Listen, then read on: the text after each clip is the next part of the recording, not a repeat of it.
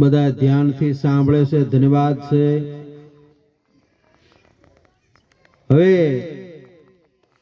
આપણને સદગુરુ મહારાજે આત્મ તત્વનું જ્ઞાન આપ્યું. શા માટે? આ જીવાત્મા 84 લાખની ફરી ફરીને આવ્યો છે. મનુષ્ય અવતાર આપણને ભગવાને સવાયો આપ્યો છે,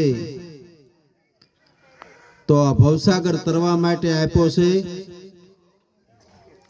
હવે આપણે સંત કહેશે કે ભક્તનું બીજ બનાવી દો, ભક્ત બીજ પલટે નહીં, જુગ જાય અનંત, ઊંચ નીચ ઘીરે અવતરે, પણ આખર તમે કાયમ સંતના સંત જ હોશો.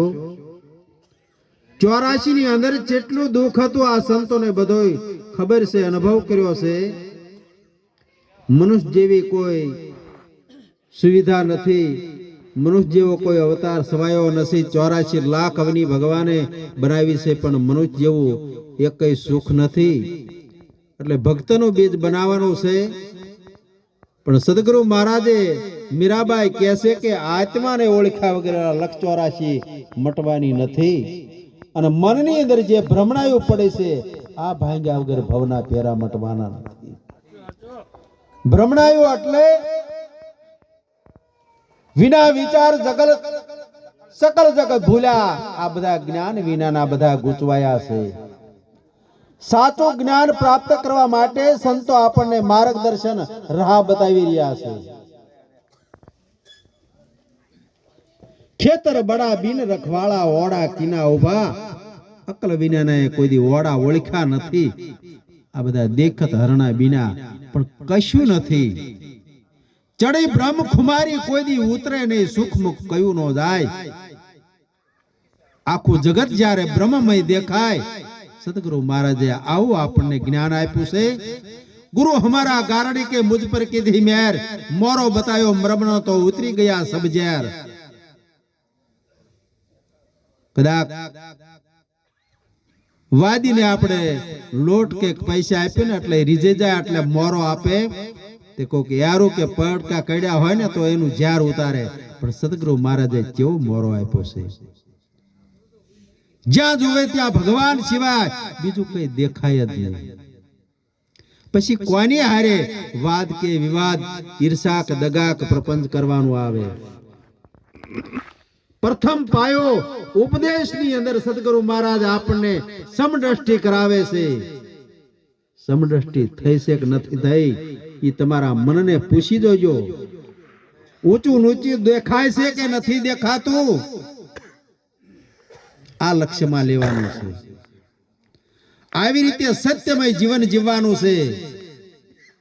મનની અંદર ભ્રમણાયું પડી છે, ભાંગવાની છે. ફોરિંગ જેવા સિદ્ધરા ભાઈ દેખી ખીચબીજ ખાય. અંધારું હોય તારે દોરડું પીડ્યું હોય ને તો આપણને સાપનો ભાસ થાય છે. પણ અંજવાળું કરો ને એટલે ભય બધો જતો રહે છે. અને ઓલું દોરડું હોય સાપ ક્યુ નો હોય. પણ આવી ભ્રમણાયું છે, આ ભ્રમ છે. મહારાજ ઘડીએ ઘડીએ કહે છે કે બ્રહ્મ સત્ય છે ને જગત મિથ્યા છે. પણ એવું લક્ષ્ય ની અંદર આવે તો ને હજી ભ્રમણાયું ભાંગતી નથી. આ ભ્રમણાયું ભાંગવાની છે. સંતોનો સત્સંગ સાંભળો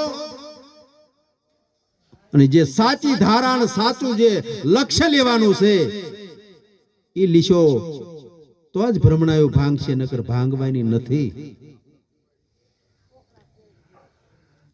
એટલે જગત એવું કહેશે. સતારશા બાપુ હમણે ધીરુરામ મહારાજે કીધું કે આપની અંદર આપ બધું સમજ્યું છે.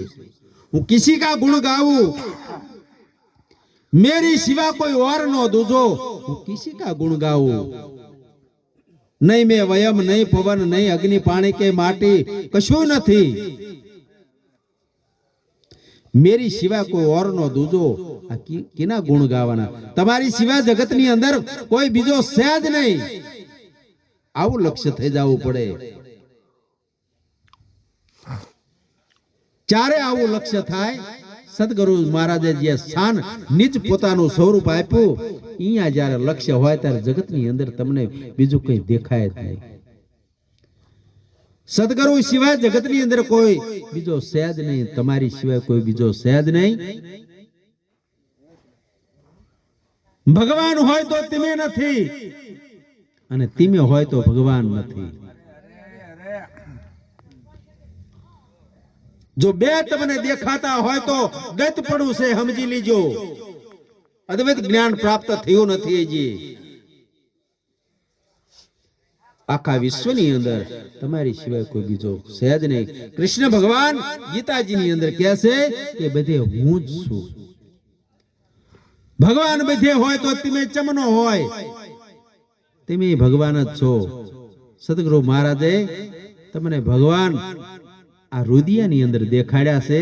ઈ જો હાચા તમે જોયા હોય અને દેખ્યા હોય તો તમારી સિવાય જગતની અંદર કોઈ બીજું સહેજ નહીં. અહબ્રહ્મ નથી થવાનું. હણા કશ ઘોડે એવું જ્ઞાન નથી કરવાનું કે હું ભગવાન છું. દાસ થઈને ભક્તિ કરો, હું પદ મનમાં ન લાવો. આવી સમજણના ઘેરે રહી અને સત્યમય જીવન જીવો. નહીં વાલો, નહીં વેરી, નહીં દગા, નહીં પરપંચ. હમણે કહેતા કે ખટપટ બધી મૂકવી પડે, પણ ખટપટ કેવી રીતે મુકાય? જ્યારે આખા વિશ્વની અંદર મારી સિવાય કોઈ બીજો છે નહીં, તારે પછી કોઈની ઉપર ખટપટ કરવાની રહે? એટલે આવું સમજણના ઘીરે રહેવાનું છે, સત્યમય જીવન જીવવાનું છે.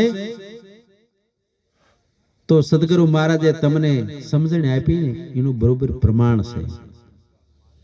કોઈ જગતની અંદર બીજા આંગળી નો સીંધી જાય કે આ ભાડ્યા તમારા સમજાયેલા, એવું જીવન જીવવાનું. પોતાના મંદિરિયાની પ્રતીત નથી ને પારકા મંદિરિયે જાય, એ કશું ભળવાનું નથી. પાછા આવે આ જીવાતમાં બધા સીધા 84 ની અંદર જવાના છે. આ તો 84 ટાળવા હાટો આ ઘટો ઘટ બધા સંતો ગાજી રહ્યા છે. એટલે સત્યમય જીવન જીવજો એવી અમારી નમ્ર વિનંતી છે દાસની. સદગુરુ મહારાજની જય.